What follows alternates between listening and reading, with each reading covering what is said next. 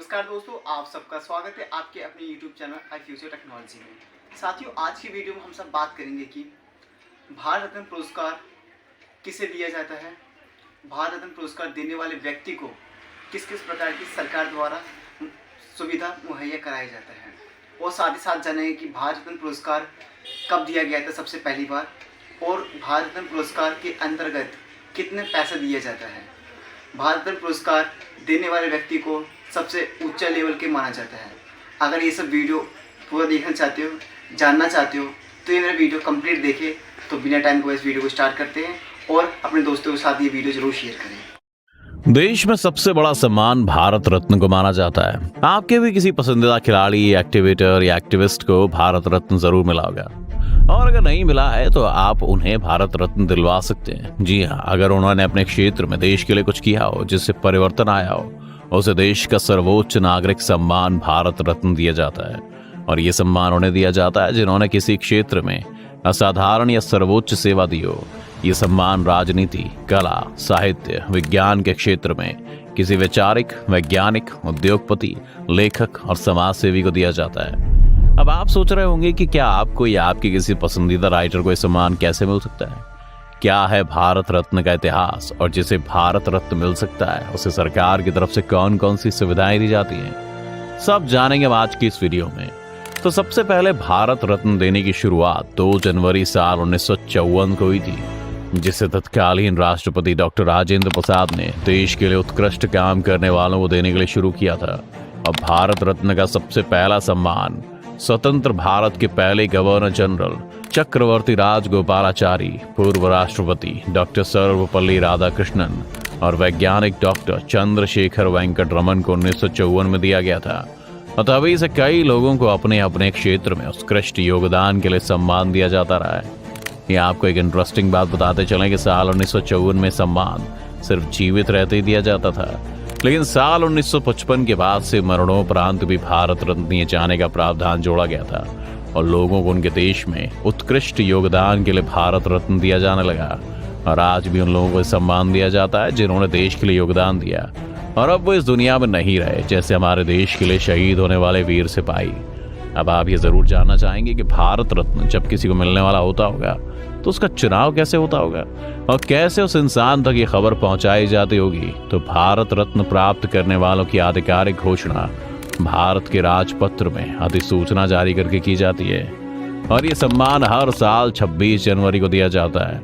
ये आपको बताते चलें कि भारत रत्न सम्मान के लिए चुने जाने की प्रक्रिया पद्म पुरस्कारों से अलग होती है, क्योंकि इसके खुद भारत के प्रधानमंत्री भारत रत्न के लिए किसी व्यक्ति के नाम की सिफारिश राष्ट्रपति को करते हैं, लेकिन भारत रत्न देने के लिए किसी औपचारिक सिफारिश की जरूरत नहीं होती।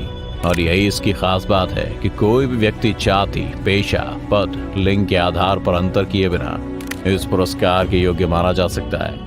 साथ ही एक साल में सिर्फ 3 भारत रत्न दिए जाते हैं, और ये भी जरूरी नहीं है कि हर साल भारत रत्न सम्मान दिया ही जाए, क्योंकि अब तक कुल 48 लोगों को भारत रत्न सम्मान दिया गया है, और आखिरी बार यह सम्मान साल 2019 में दिया गया था। बता दें कि साल 2019 में समाज सेवा के क्षेत्र में नानाजी देशमुख को मरणोपरांत और कला के क्षेत्र में डॉक्टर भूपेन हजारिका को मरणोपरांत भारत के पूर्व राष्ट्रपति प्रणब मुखर्जी को भारत रत्न से सम्मानित किया गया था।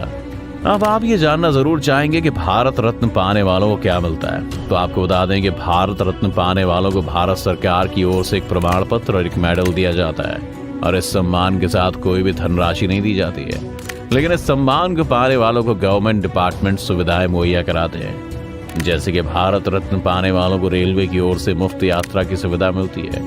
साथ ही भारत रत्न पाने वालों को अहम सरकारी कार्यक्रमों में शामिल होने के लिए न्योता मिलता है।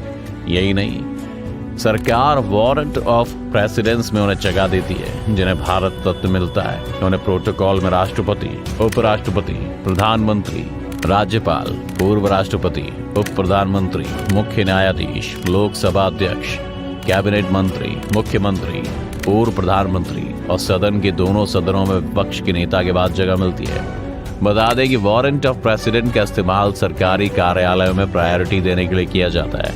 राज्य सरकारें भारत रत्न पाने वाली हस्तियों को अपने राज्यों में सुविधाएं उपलब्ध कराती हैं। और तो और इस सम्मान को अपने नाम से पहले या बाद में जोड़ा नहीं जा सकता। हालांकि इसे पाने वाले अपने बायोडेटा, लेटर है या विजिटिंग कार्ड जैसी जगहों पर ये लिख सकते हैं, राष्ट्रपति द्वारा भारत रत्न से सम्मानित या भारत रत्न प्राप्त करता। अब तक आप समझ ही चुके होंगे कि भारत रत्न मिलना क्यों इतनी बड़ी बात होती है और भारतीय जो देश के लिए अहम योगदान देता है वो इसे क्यों हासिल करना चाहता है। अब आपको इसके मेडल के बारे में बता दें तो भारत रत्न मेडल में तांबे का पीपल का पत्ता बना हुआ होता है और उस पत्ते पर प्लैटिनम का चमकता सूर्य बना हुआ है। साथ ही पत्ते का किनारा भी प्लैटिनम का होता है और इसके नीचे चांदी से हिंदी में भारत रत्न लिखा होता है। इतना ही नहीं, इसके पीछे की तरफ अशोक स्तंभ के नीचे हिंदी में सत्यमेव जयते भी लिखा होता है। आइए अब आपको भारत रत्न से जुड़ी कुछ अहम बातें बता दें। जैसा कि हमने आपको पहले बताया कि भारत रत्न जीवन काल में या मरणोपरांत दोनों तरह से दिया जाता है और उसी कड़ी में आगे बढ़ते हुए 2013 में पहली बार खेल के क्षेत्र में सर्वोच्च प्रदर्शन करने के लिए भी भारत रत्न देने का निर्णय लिया गया और इसी के बाद साल 2014 में क्रिकेटर सचिन तेंदुलकर को इस सम्मान से नवाजा गया। बता दें कि पुरस्कार गैर भारतीयों को भी दिया जा सकता है, जैसे कि मदर टेरेसा को उनके कामों के लिए साल 1980 में भारत रत्न दिया गया था।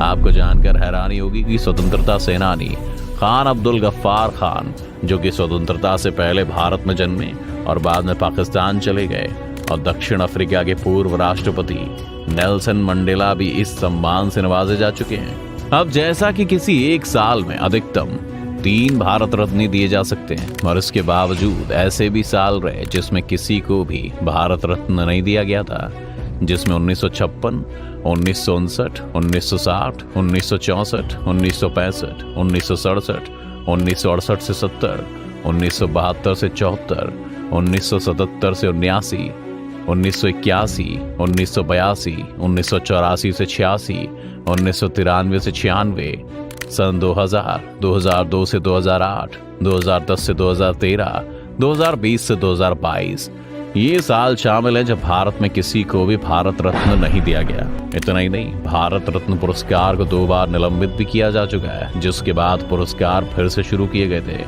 अब जैसे कि भारत रत्न इकलौता पुरस्कार नहीं है जिसे देश के नागरिकों को उनके योगदान के लिए दिया जाता है। भारत रत्न के साथ साथ देश में पद्म पुरस्कार भी देश के सर्वोच्च नागरिक सम्मान के तौर पर दिए जाते हैं। और पद्म पुरस्कार सम्मान 3 तरह के होते हैं: पद्म विभूषण असाधारण और विशेष सेवा के लिए, पद्म भूषण उच्च कोटि की विशेष सेवा के लिए, पद्मश्री विशिष्ट सेवा के लिए। बता दें कि इन पुरस्कारों की शुरुआत भी साल 1954 में हुई थी। तब इन्हें पहला वर्ग, दूसरा वर्ग और तीसरा वर्ग कहा जाता था, लेकिन साल 1955 में इसका नाम बदलकर पद्म विभूषण, पद्म भूषण और पद्मश्री कर दिया गया। भारत के गृह मंत्रालय की वेबसाइट के मुताबिक साल 1978, 1979 और 1993 से 97 को छोड़कर ये पुरस्कार गणतंत्र दिवस के मौके पर हर साल घोषित किए गए। आपको यहाँ बताते चलें कि ये पुरस्कार कला, साहित्य एवं शिक्षा, खेल, चिकित्सा, सामाजिक कार्य, विज्ञान और इंजीनियरिंग, सार्वजनिक कार्य, सिविल सेवा, व्यापार और उद्योग आदि क्षेत्रों से जुड़े विशिष्ट कार्य को मान्यता देते हैं।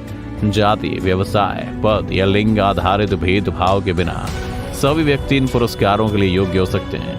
पद्म पुरस्कारों के लिए हर साल 1 मई से 15 सितंबर के बीच नामांकन मंगाए जाते हैं। सभी नामांकन पद्म पुरस्कार समिति के सामने प्रस्तुत किए जाते हैं। इस समिति का गठन हर साल प्रधानमंत्री करते हैं। फिर समिति की सिफारिशें प्रधानमंत्री और राष्ट्रपति के पास मंजूरी के लिए भेजी जाती हैं। राज्य और केंद्र सरकार के मंत्रालयों, विभाग, मंत्री, मुख्यमंत्री, राज्यपाल, संसद सदस्य भारत रत्न और पद्म विभूषण पुरस्कार प्राप्त करता गैर सरकारी व्यक्ति आदि पद्म पुरस्कारों के लिए नामों की सिफारिश कर सकते हैं।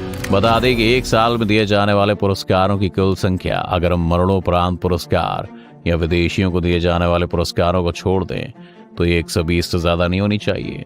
अब इस सम्मान की बात करें तो पद्म पुरस्कार के तहत राष्ट्रपति के हस्ताक्षर और मुहर से जारी किया गया एक प्रमाण पत्र और मेडल दिया जाता है और प्रत्येक पुरस्कार प्राप्तकर्ताओं के संबंध में संक्षिप्त जानकारी देने वाली एक स्मारिका भी समारोह वाले दिन जारी की जाती है। साथ ही पुरस्कार प्राप्तकर्ताओं को मेडल की एक कॉपी भी प्रदान की जाती है जिसे वो किसी भी समारोह या राजकीय समारोह में पहन कर जा सकते हैं। यहाँ आपको बताते चलें कि पद्म पुरस्कारों के साथ कोई धनराशि नहीं मिलती। और ना ही कोई रेल या हवाई यात्रा में रियायत आदि के तौर पर कोई सुविधा दी जाती है। आंकड़ों की माने तो भारत सरकार की पद्म पुरस्कार वेबसाइट के मुताबिक अब तक 325 पद्म विभूषण, 1294 पद्म भूषण और 3330 पद्मश्री पुरस्कार दिए जा चुके हैं। अब बता दें कि आप किसी को भी भारत रत्न नहीं दिलवा सकते, क्योंकि बहुत ही बड़ा ओहदा और सम्मान है। अब ये भी जान लीजिए कि देश में सबसे पहले जिस महिला को भारत रत्न दिया गया था वो थी इंदिरा गांधी। अब हाल ही में अचानक देश के विख्यात उद्योगपति रतन टाटा को भारत रत्न देने का विषय ट्रेंड हो रहा है। उन्हें सम्मान देने के लिए सोशल मीडिया पर एक तरह की मुहिम भी शुरू हो गई है। हालांकि रतन टाटा ने ऐसा करने से सभी को मना किया है। उनका कहना है कि ऐसी कोई मुहिम न चलाएं। अब देखना यह है कि उन्हें सम्मान मिलता है नहीं। अगर भारतीयों से पूछा जाए तो रतन टाटा सभी के फेवरेट हैं। ऐसे में तो सभी उन्हें भारत रत्न दिलवाना चाहेंगे। दोस्तों, क्या लगता है आपको? क्या इन सम्मान को देने में किसी तरह की पॉलिटिक्स होती है या नहीं? हमें अपनी राय कमेंट सेक्शन में जरूर बताएं। आज की वीडियो अगर आपको पसंद आए तो लाइक और शेयर जरूर करें और साथ ही हमारे चैनल को सब्सक्राइब भी कर लें।